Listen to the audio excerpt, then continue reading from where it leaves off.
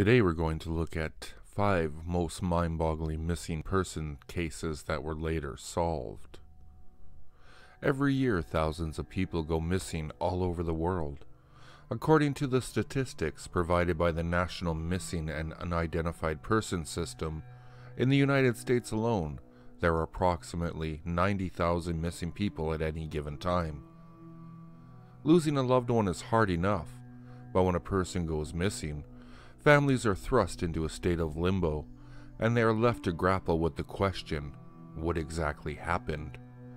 More often than not, these missing person cases take months or years to be solved, and they often end in tragedy. Here are 5 such mind-boggling missing persons cases that were later solved.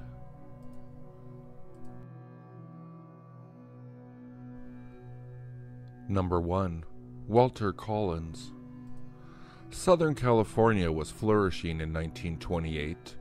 The movie industry and the agriculture had completely transformed this region into a bustling metropolis. However, when a series of child abductions and murders took place in Los Angeles and Riverside County, it changed how people saw this place. The Wineville chicken coop murders made headlines and drew national attention, but perhaps the most publicized story was of Walter Collins, the son of Christine Collins. On the 10th of March 1928, 9-year-old Walter disappeared near his home in Los Angeles. His mother had given him some money so that he could go see a movie at a nearby theater, and he was last seen by a neighbor around 5 p.m. At the time of Walter's disappearance, the LAPD was being investigated for several corruption scandals, and when they failed to locate Walter, even after following up on hundreds of leads, it brought the entire department a lot of shame and embarrassment. The case received nationwide attention, and there was tremendous public pressure for solving the case. 5 months later, the police learned about a boy in DeKalb, Illinois, who claimed to be Walter. Photographs and letters were exchanged, and then Christine Collins paid for him to be brought to Los Angeles. Upon seeing the boy, Christine said he was not her son. Yet, Captain J.J. Jones, the officer in charge, convinced her to take the boy home and try him out. 3 weeks later, Christine returned saying that the boy was not her son. Though she had the backing of her friends and dental records to prove her case, the officer accused her of lying and being a bad mother.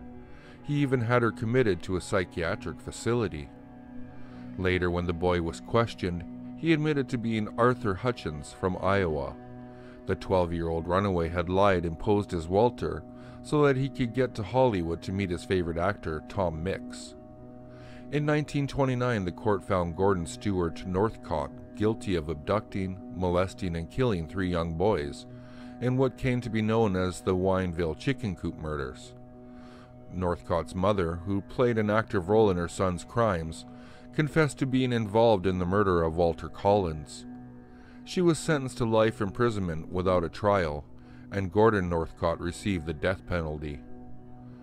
Gordon Northcott denied killing Walter, and Christine Collins chose to believe that her son was still alive.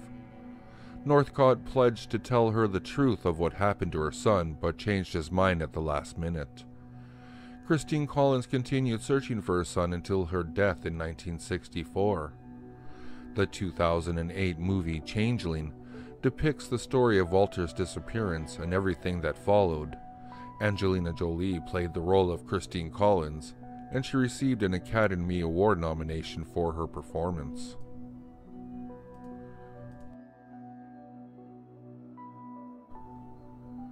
Number 2. Ludwig Stumpf.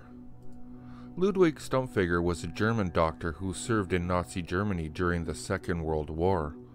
He was Adolf Hitler's personal surgery from 1944 to 1945, and he was also present in the Führer bunker where Hitler committed suicide in 1945. During World War II, he served in the SS. While working under the supervision of 2 other doctors, he performed medical experiments on women subjects who were brought from concentration camps. After a few promotions, he was transferred to Hitler's headquarters as the resident doctor. In 1945, while working directly for the Führer in the Führer bunker in Berlin, Stumpf distributed cyanide capsules among secretaries, various military adjutants, and other staff in the bunker. On April 30th, 1945, minutes before committing suicide, Hitler signed an order allowing a breakout. The next day, he, along with Nazi Party officials Martin Broman, Arthur Axmann, and Werner Naumann, left the bunker as part of their breakout plan. They were one of the 10 groups that tried to break out of the Soviet encirclement. The Germans used a Tiger tank to try and storm across the bridge, but it was destroyed. When the tank was hit, Stumpf and Bormann were knocked over. Finally, on their third attempt, Stumpf and the group were able to cross the Spree. Axmann decided to leave the group and go alone in the opposite direction of where Stumpf and Bormann were going. When he came across a Red Army patrol, he decided to double back. On his way back, Axmann saw 2 bodies on a bridge. He later identified them as Stumpf and Bormann. Since he had not checked the bodies, he failed to figure out what killed them. In 1963, a man named Albert Krumnow told the police that around May 8, 1945, he and his colleagues buried 2 bodies near Lurter Station at the order of the Soviets. One of the men was wearing a Wehrmacht uniform, and the other one was in underwear. Krumnow's colleague found a doctor's playbook on one of the bodies and identified him as Dr. Ludwig Stumpf. When he gave the paybook to his boss, the book was turned over to the Soviets, who then destroyed it. In July of 1965, excavations were carried out at the site, described by Krumnow, but the bodies were not discovered. Finally, in 1972, some construction workers uncovered human remains in West Berlin, near Liter Station, just 39 feet away from the site that Krumnow had reported. Autopsy of the remains revealed that they had committed suicide by biting cyanide capsules. Dental records and other forensic exams determined that one of them was Bormann, and the second skeleton was determined to be Stumpf.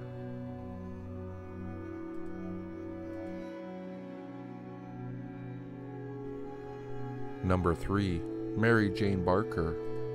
On February 25, 1957, around 10:30 a.m., New Jersey resident 4-year-old Mary Jane Barker disappeared along with her playmate's 4-month-old black spaniel puppy.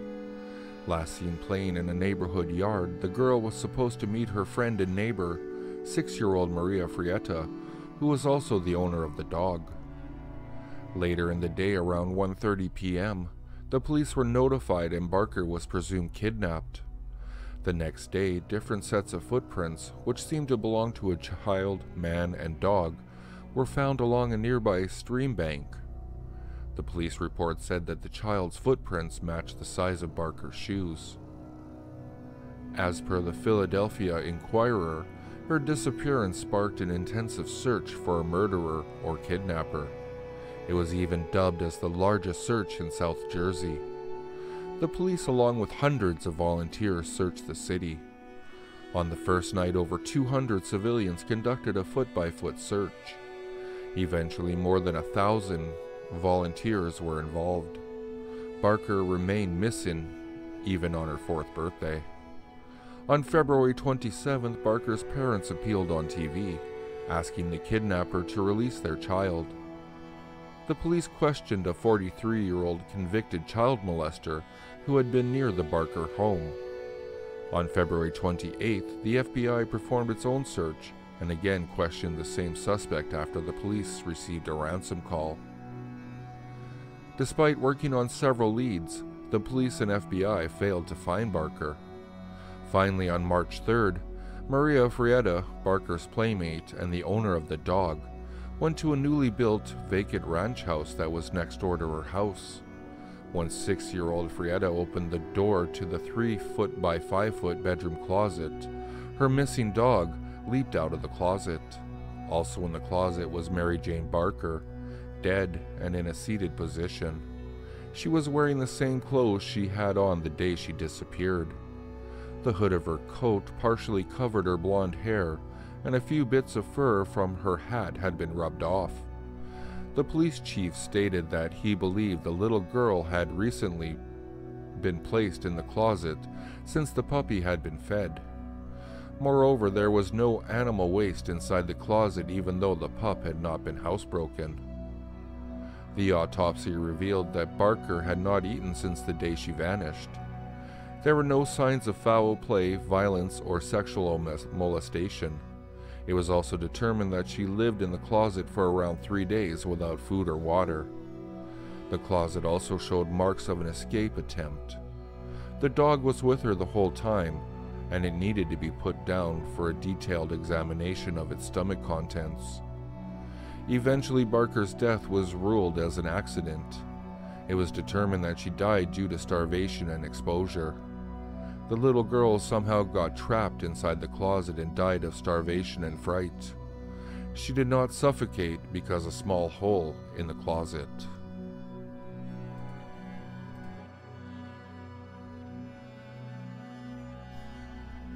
Number 4. Reet Jurvetson. On November 16, 1969, a 15-year-old birdwatcher discovered the body of a white female in dense bushland near Mulholland Drive in Los Angeles, California. The victim was fully clothed and had over 150 stab wounds, mainly to the neck, chest, and torso. Her carotid artery was also severed and she had defensive wounds on her hands. It was determined that she died around 2 days before her body was discovered. Investigators believe that the killer had transported her body to the location and dumped her in the ravine where her body was discovered in an upright position. There were no signs of robbery or sexual assault, and she did not have any drugs or alcohol in her system. Initially, she was thought to have been murdered by the Manson family, mainly because of how close her body was found from where the Tate LaBianca murders took place just 3 months prior. Moreover, a woman who resembled the victim had been seen with various members of the Manson family just days before. Charles Manson was interviewed multiple times, but he denied any involvement. Because she did not have any ID on her, she remained unidentified and was officially known as Jane Doe 59. After a thorough inspection of her clothing and accessories, the investigators theorized that she was from Canada or Spain. Finally, in June of 2015, 46 years after her death, friends and family recognized Jurvetson from an online mortuary photograph of the then unidentified woman. Jurvetson's older sister then submitted a DNA sample for comparison, and in 2016, it was announced that Jane Doe 59 had been conclusively identified as Reet Silva Jurvetson, a 19-year-old girl from Montreal who had been living in Los Angeles for just a few weeks before the murder.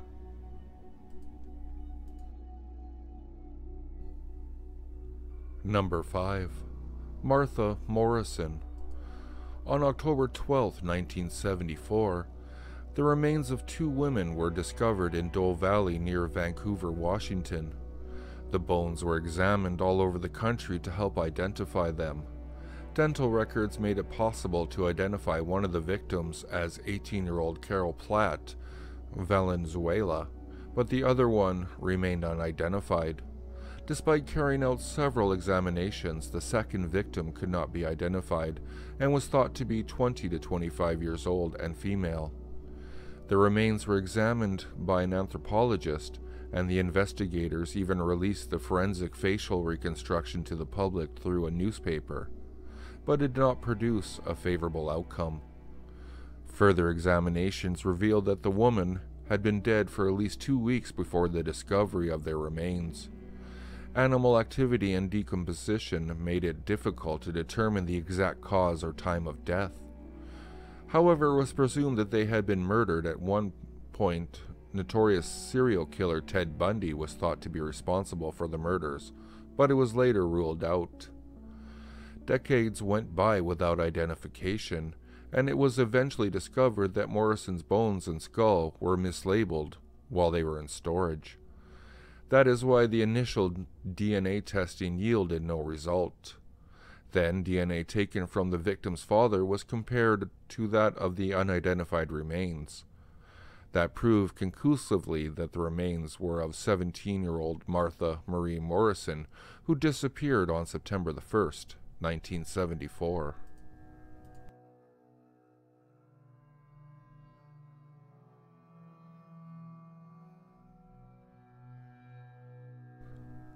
So there you have it. That was 5 most mind-boggling missing persons cases that were later solved. Please stay tuned to the next video, as I'm going to continue on with another 5 mind-boggling missing persons cases that were later solved as well. I do apologize for any pronunciations of the people's names, places where they lived, anything like that. But I would like to thank you for watching the video, and I will catch you in the next one.